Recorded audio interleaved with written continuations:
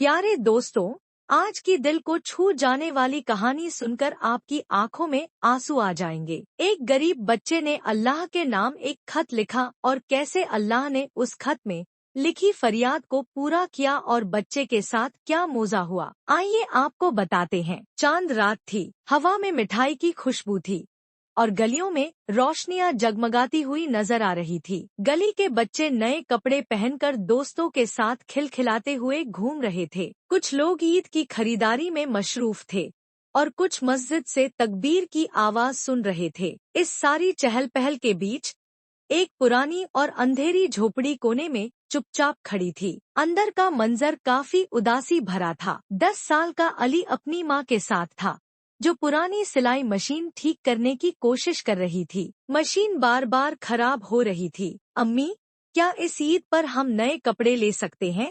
अली की मासूम आवाज ने एक खामोशी को तोड़ दिया। माँ ने अपनी नजर मशीन से उठाकर अली के फटे हुए कपड़ों पर डाली। उनकी आंखों में दुहक था, मगर उन्होंने अपने जज्बात छुपाते हुए कहा, बेटा, नए कपड़े इस बार नहीं ले सकते, लेकिन दुआ करो, अल्लाह पर भरोसा रखो।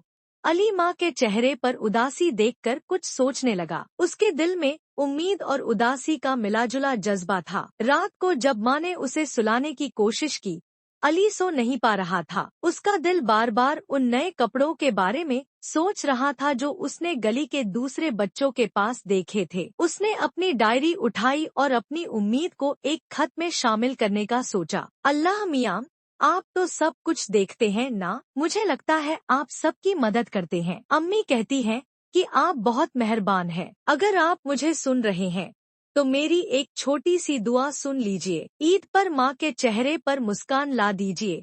अली ने लिखने के बाद अपनी डायरी बंद की। आंखों में आंसू भर आए थे, मगर एक अजीब सा सुकून था। अल्लाह मियां, ये खत जरूर पढ़ेंगे, उसने खुद से कहा। सुबह के वक्त अली की माँ सफिया पुराने कपड़े रफू कर रही थी। एक पड़ोसी आता है और सफिया से कहता है, आपा, इस ईद के लिए सिलाई का काम करवा दो। सफिया हैरानी के साथ कहती है, मशीन खराब है, क्या पता अल्लाह कोई रास्ता निकाले। सफिया का चेहरा थकान और उमंग का मिक्स था। वो अपने काम में लग जाती है। अली दूर से अपनी माँ को देखता है और सोचता है, मेरी माँ कितनी मेहनत करती है, मगर उनका काम कभी खत्म नहीं होता। अली माँ के पास आकर कहता है, अम्मी, अगर हम कुछ पैसे जमा कर लें तो आप नए कपड़े ले सकेंगी। सफिया हल्का सा हंसकर कहती है, बेटा, तुम छोटी बातों की फिक्र मत करो, अल्लाह काफी है। ईद की सुबह का वक्त था। हर तरफ तकबीरात की आवाज थी। लोग मस्जिद जा रहे थे और घरों में मिठाइयाँ बन रही थी। मगर अली के घर का मंजर बिल्कुल अलग था। सफिया के पास सिलाई मशीन ठीक करने का कोई रास्ता नहीं था और घर में कुछ खास भी नहीं था। अली माँ के पास आकर कहता है, अम्मी, क्या अल्लाह मियाँ सच में सब कुछ देखते हैं? सफिया उसके सिर पर हाथ रखती है और कहती है, हाँ बेटा, वो हर चीज देखते हैं। तुम दुआ करो, सब ठीक हो जाएगा।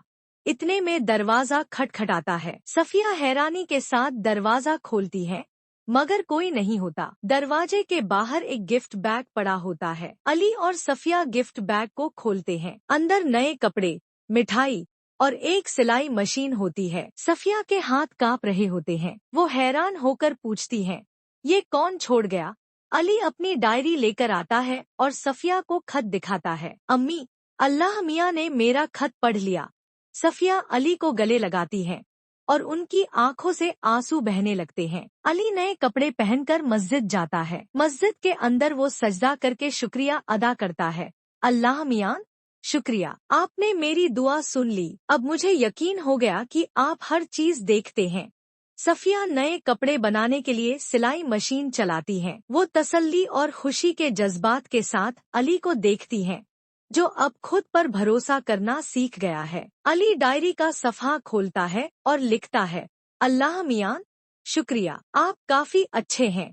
आसमान साफ है और ईद के रोशन दिन के साथ कहानी का खात्मा होता है।